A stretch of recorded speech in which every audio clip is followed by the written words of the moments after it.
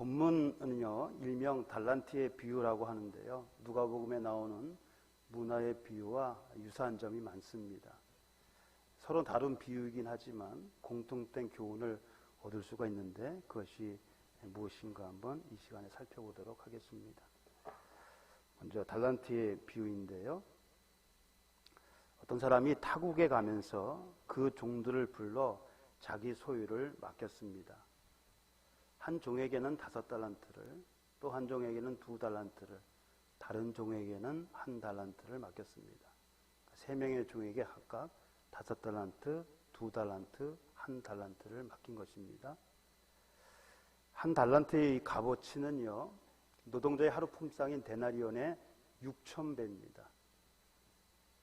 그러니까 노동자가요, 일반 노동자가 하루도 쉬지 않고 16년 동안 일을 해야 벌 수 있는 금액입니다. 적지 않죠? 이렇게 맡긴 금액이 다른 것은 종들의 재능에 따른 것입니다.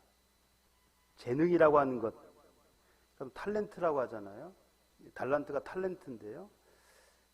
우리가 영화 배우 같은 배우를 뭐라고 합니까? 탤런트라고 하죠. 이거 재능이라고 하는데, 여기서 말하는 재능은요, 능력을 말합니다. 능력. 어떤 일을 할 수 있는 능력을 말하는 것인데, 주인은요, 이 종들의 능력이 어느 종족인지를 잘 알고 있습니다. 예수님께서는 우리가 가진 능력이 어느 정도인지를 다 알고 계시는 거예요. 어떤 사람은 5달란트를 행할 수 있는 능력을 있고, 어떤 사람은 1달란트를 그것을 가지고 행할 수 있는 능력이 있단 말이죠. 주인은, 예수님은 우리의 각자의 능력을 다 알고 계시고 각자의 능력에 맞게 우리에게 임무를 맡겨주시는 거예요. 그래서 이 종들에게 각자의 능력이 어느 정도인지를 알고 있었기 때문에 그 능력에 따라 각기 다른 달란트를 맡겼습니다. 그것을 가지고 한번 마음껏, 네 능력껏 사업을 한번 해봐라. 그렇게 맡기고 타국으로 떠났습니다. 5달란트 받은 자는요, 그 받은 것을 즉시 가서 사업을 해가지고 배를 남겼습니다. 2달란트 받은 자 역시 마찬가지고요. 그런데 1달란트 받은 자는 그 받은 달란트를 가지고 사업에 쓴 것이 아니라 그대로 땅속에 감추어 두었습니다. 오랜 후라는 것은 예수님의 재림이 언제인지는 알 수 없다는 거예요. 아무튼 기간이 오래된다는 것인데, 오랜 후에 주인이 왔습니다. 와서 종들에게 어떻게 했는지 결산을 합니다. 배를 남긴 5달란트 받은 자와 2달란트 받은 자는 주인으로부터 착하고 충성된 종이라 칭찬을 받았습니다. 그리고 많은 것을 맡기겠다, 그런 약속과 함께 주인의 즐거움에 참여하라는 복된 말을 듣게 됩니다. 반면에 1달란트 받은 자는 악하고 게으른 종이라는 책망을 받았고요. 바깥 어두운 데로 내쫓김을 당해 거기서 슬피 울며 이를 갈게 될 것이라는 저주의 말을 듣게 되었습니다. 한 사람은 착하고 충성된 종이라, 또한 부류의 사람은 악하고 게으른 종이라. 그러면 왜 이 1달란트 받은 자는 그것으로 사업을 하지 않고 땅속에 감추어 두었던 것일까요? 본인의 한번 변명을 들어보겠습니다. 왜 그렇게 했는지.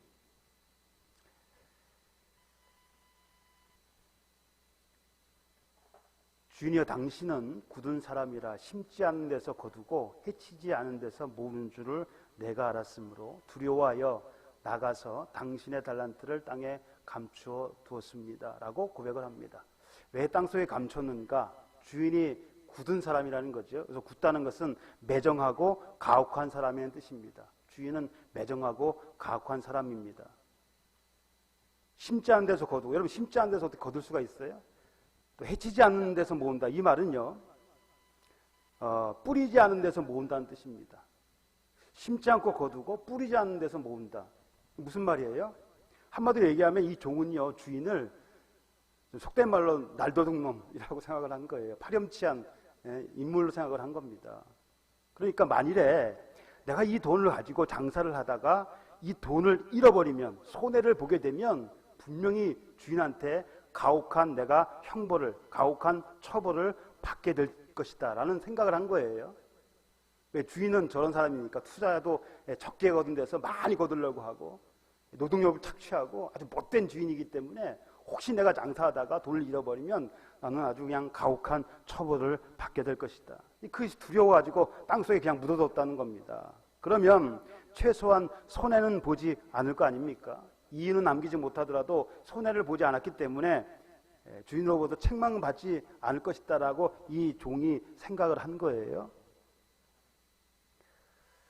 하지만 이는 변명에 지나지 않았습니다. 사업을 하지 않더라도요, 이익을 남길 수 있는 방법이 있었기 때문입니다. 이 사람이 만약 주인을 생각했다라면, 자기 종이잖아요. 주인이 아니잖아요. 그래서 종된 입장에서 주인을 생각했다라면 내가 비록 사업을 하지 않았더라도 어떻게 하면 주인의 이 맡긴 돈을 불릴 수 있을까 생각을 했어야 됐다는 거죠. 그래서 비록 사업은 하지 않더라도 이윤을 남길 수 있는 방법이 있었다는 거죠. 그것이 뭡니까? 주인이 그렇게 얘기를 하는 거예요. 돈을 추리하는 자들에게 맡기면 되는 겁니다. 추리하는 자들이 뭐냐면 오늘날로 얘기하면 은행입니다. 속된 말로는 고리 대금업자들, 돈을 갖고 장사하는 사람들, 돈 빌려주고 이자 받고 맡긴 거에 대해서 사람들에게 이자를 주고 이런 사람들에게 맡기면 이자라도 받을 것이 아니냐라고 하는 것이죠. 당시에 그 이자율이 한 10% 정도 됐다 그럽니다.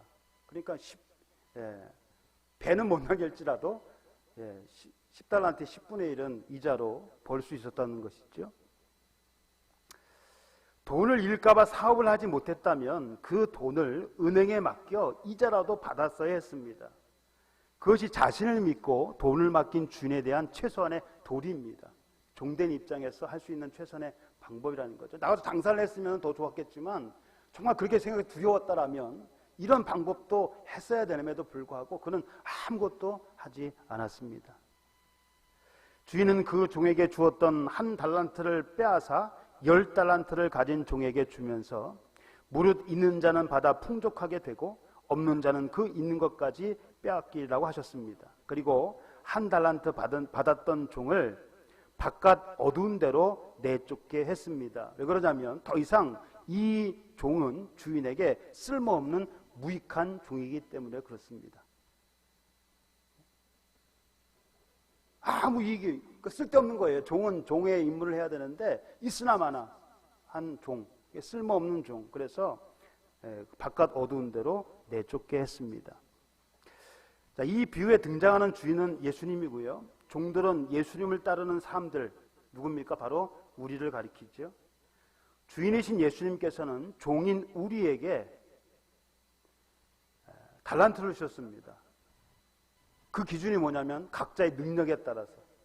그러니까 예수님께서는요, 우리의 능력이 어느 정도인지를 다 알고 계시는 거예요. 그래서 그 능력에 따라서 달란트, 임무, 사명을 우리에게 주셨다는 겁니다.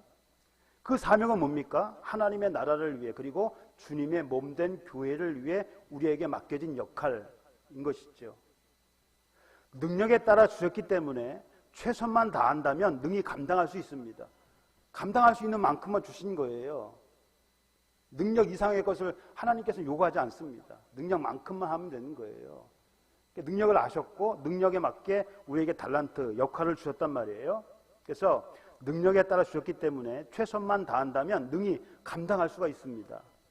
설사 부족하더라도 최선을 다했다면 책망은 받지 않을 것입니다. 최선을 다했음에도 불구하고 성과가 나지 않는다고 해서 예수님이 우리를 책망하지는 않으실 것이라는 거죠. 왜 그렇습니까? 주님은 결코 심지 않은 데서 거두고 해치지 않은 데서 모으는 매정하고 가혹한 분이 아니시기 때문입니다. 그러니까 최선만 다했다면 책망은 받지 않을 것입니다. 물론 칭찬을 받을 수는 없겠지요. 우리는 주님께서 맡겨주신 일을 잘 감당할 수 있도록 기도하고요. 최선을 다해야 할 것입니다. 그래서 주님이 다시 오실 때 착하고 충성된 종이라 칭찬을 받을 수 있었으면 좋겠습니다. 결선할 때 우리에게 야 잘했다 착하고 충성된 종아 우리 이런 얘기를 우리가 들어야 되는데 맡겨진 일에 최선을 다할 수 있도록 우리가 노력하고 또 기도하고 힘을 얻어서 주신 사명을 잘 감당할 수 있기를 소원합니다. 자, 문화의 비유입니다. 자, 어떤 귀인이, 귀인은 이제 그 귀족을 말하는 것인데요. 높은 지위에 있는 사람. 왕위를 받아오려고 먼 나라로 가게 되었습니다. 이 사람은 달란트의 비유에서처럼 세상 끝날에 하나님의 나라를 통치할 왕권을 가지고 오시는 예수님을 의미합니다. 그는 10명의 종을 불러 한 문화씩 주었습니다. 아까는 어떻게 했어요? 능력에 따라 5달란트, 2달란트, 1달란트를 주었지만 여기에서는 이 주인은 종에게 10명의 종에게 각각 한 문화씩을 줬다는 겁니다. 동일한 금액을 줬다는 거예요. 이것은 무슨 의미합니까? 능력이 아니라요. 각 사람에게 똑같이 주어지는 것들을 말하는 겁니다. 그게 무엇입니까? 시간. 하루 24시간, 누구에게 하루 24시간이잖아요. 1년 365일이잖아요.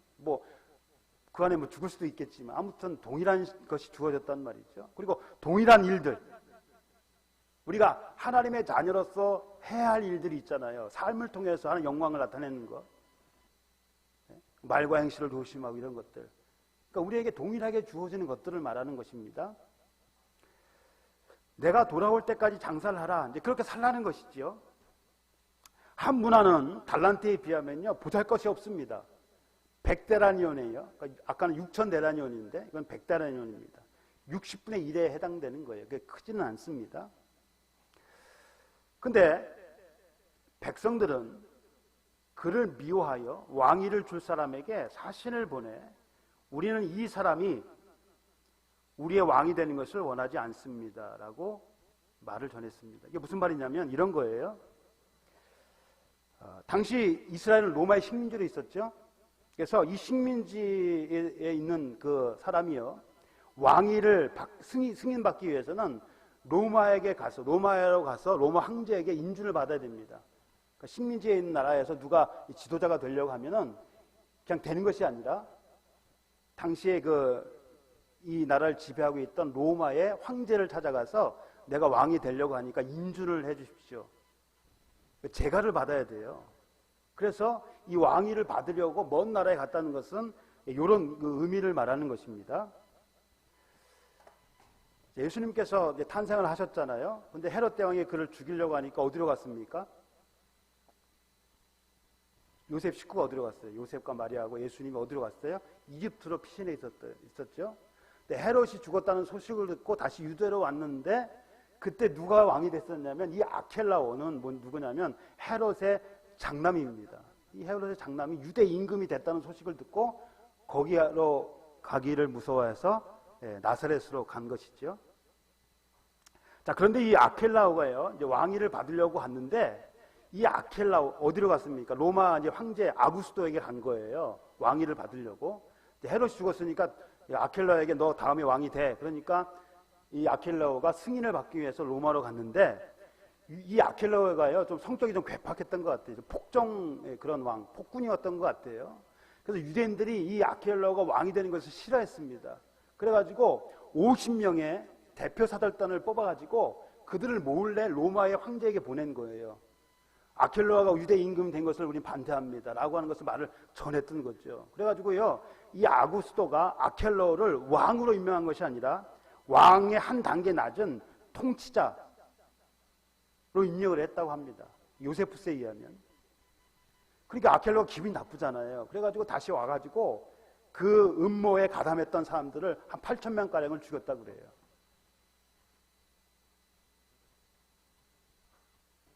그러니까 예수님께서 아마 그동안 있었던 일, 주위의 상황들, 흔히 접할 수 있는 예를 들어 비유를 들어가지고 설명을 하신 거예요. 그래서 이 사람이 왕위를 받으려고 먼 나라에 갔단 말이죠. 다시 왔어요. 자, 그런데 한 문화씩 받은 사람을 불러다가 이제 장사를 어떻게 했는지 알아보려고 했습니다. 자, 첫 번째 종이 와서 한 문화로 10문화를 만들었다고 보고하자 왕이 뭐라고 합니까? 착한 종이다. 이제 그렇게 얘기합니다. 자, 그 다음에 또 한 문화 받은 사람이 와서 뭐라고 얘기합니까? 난 5문화를 남겼습니다. 똑같이 착한 종이라고 했습니다. 내가 아주 작은 일에 충성하였으니 내게 10마을을 다스리 혹은 또 5마을을 다스릴 권세를 맡기겠다 이렇게 얘기를 했습니다. 그러자 다른 종이 와서 말했습니다. 주인님, 주인님이 주신 한 문화가 여기 있습니다. 그러니까 한 달란트 받은 자하고 똑같은 거예요. 제가 이것을 수건에 싸서 잘 보관해 두었습니다. 아까는 땅속에 묻어 두었는데 수건에 싸서 보관해 두었다는 겁니다. 이유는 똑같습니다. 한 달란트 받은 사람과 주인님은 엄하신 분이라 제가 주인님을 두려워하여 그렇게 했습니다. 주인님은 맡기지 않은 것을 가져가고 심지도 않은 것을 거둬들이십니다. 똑같은 거예요. 장사를 하다가 잃어버리면 가혹한 처벌을 받을 것이 두려워서 이렇게 했다는 겁니다. 하지만 이 역시 변명에 지나지 않습니다. 그 결과 이 종은 한 달란트 받은 자와 같은 결말을 맞이하게 됩니다. 악한 종이라는 책망을 들어야 했으며 가진 것마저 빼앗겨야 했습니다. 한 달란트 받은 자처럼 바깥 어두운 데로 내쫓기지는 않았습니다. 한 달란트 받은 자는 악한 종이라 책망을 받은 것과 동시에 바깥 어두운 데로 내쫓겼는데 이 한문화 이 사람은 바깥 어두운 데로 내쫓기지는 않았어요. 그러나 책망을 받았고 가진 것은 빼앗겼습니다. 그리고 귀인이 왕이 되는 것을 원하지 않았던 사람들은 죽음을 면치 못했습니다. 그러니까 예수 그리스도를 왕으로 인정하지 않는 사람들, 믿지 않는 사람들은 세상 끝날에 이렇게 심판을 받게 된다는 것이죠. 자, 이 비유의 목적, 문화의 비유의 목적을 예수님께서는 설명을 하셨어요. 누가가 설명한 대로 하나님 나라에 대한 사람들의 잘못된 생각을 바로 잡아주기 위한 것입니다. 그러니까 예수님께서 문화의 비유를 하신 것은 사람들이 하나님 나라에 대해서 잘못 생각하고 있는 것을 바로 잡아주기 위해서 한 것이에요. 누가복음 19장 11절. 자, 예수님께서 이제 예루살렘에 가까이 오시니까 사람들은 어떻게 생각하냐면 하나님의 나라가 당장에 나타날 줄로 생각하고 있었던 겁니다.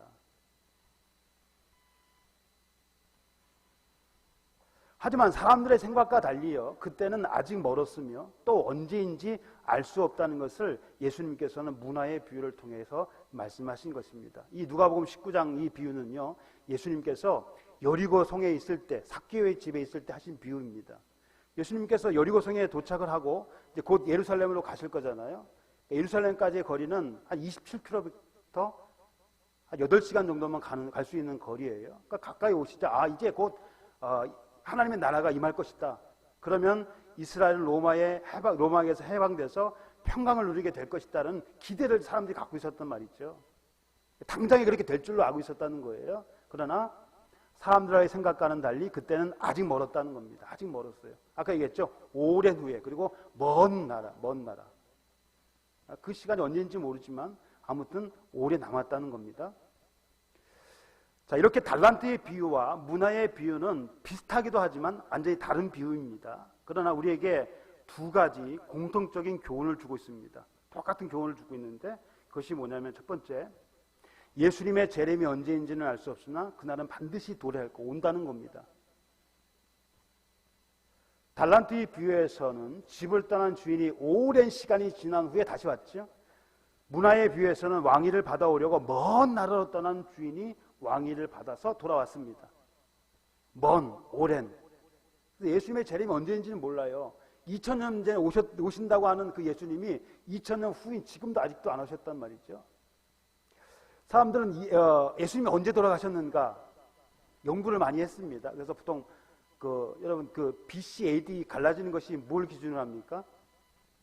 예수님의 탄생을 기준으로 하는데, 그러면 예수님이 BC 1년에 탄생을 하셨어야 되는데 정확히는 BC 기원전 AD 1년에 탄생을 해야 되는데 정확히는 BC 4년 이전에 탄생을 하셨어요. 5년 혹은 6년이라고 보기도 하는데, 그래서 예수님이 33년 반 동안 이제 삶을 살았다고 보고, 그래서 AD 27년에 돌아가셨다고 봅니다. AD 27년에. 그래서 그로부터 2000년 후인 AD 2027년에 예수님이 재림하시는 것이 아닌가, 또 그렇게 또 주장하는 사람도 있습니다. 그렇게 보는 사람도 있어요. 그러나 예수님이 언제 오실지는 알 수가 없어요. 2027년 그 전에 오실 수도 있고 그 후에 오실 수도 있는 겁니다. 언제 오실지는 알 수 없지만 그러나 분명한 것은 예수님이 반드시 다시 오신다는 겁니다. 그 성경의 약속, 선자들의 예언에 있었고요. 예수님이 직접 하신 약속이기도 합니다. 내가 속히 가리라.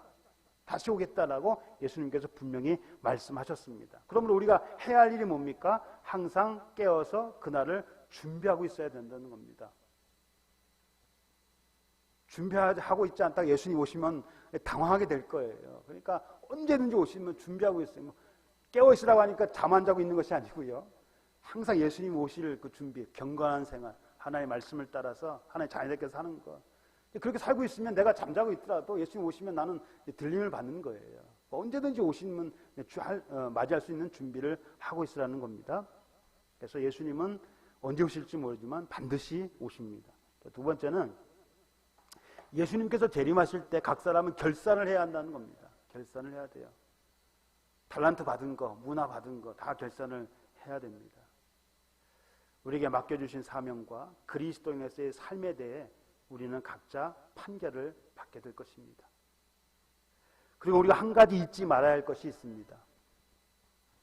우리가 하는 일에 어떤 보상을 기대해서는 안 된다는 것입니다.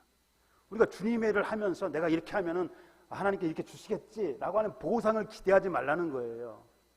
보상을 주시는 것은 예수님의 마음이지 하나님의 마음이지요. 우리는 종으로서 해야 할 일만 다하기만 하면 되는 것입니다. 그래서 예수님께서 야, 기대하지 마라고 하는 말씀을 하셨어요. 어디서 하셨냐면 누가복음 17장 7절부터 10절까지의 말씀에 나와 있습니다.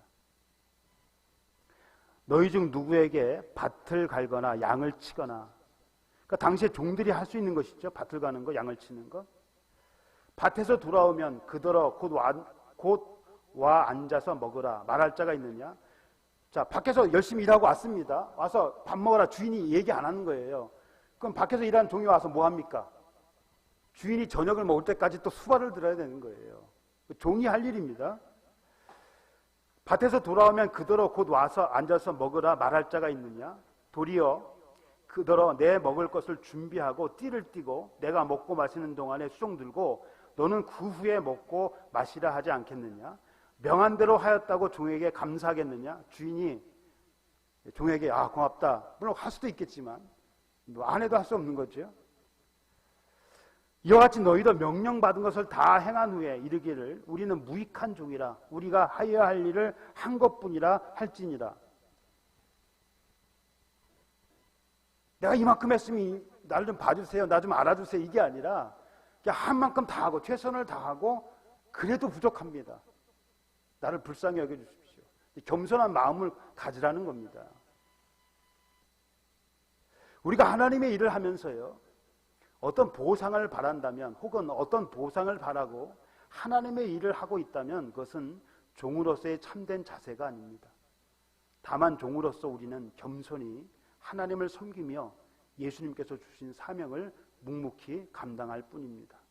우리 모두 주님께서 다시 오실 날을 소망하며 각자 맡겨진 사명, 이 일에 최선을 다할 수 있는 그런 삶이 되기를 주님의 이름으로 소원합니다. 기도하겠습니다.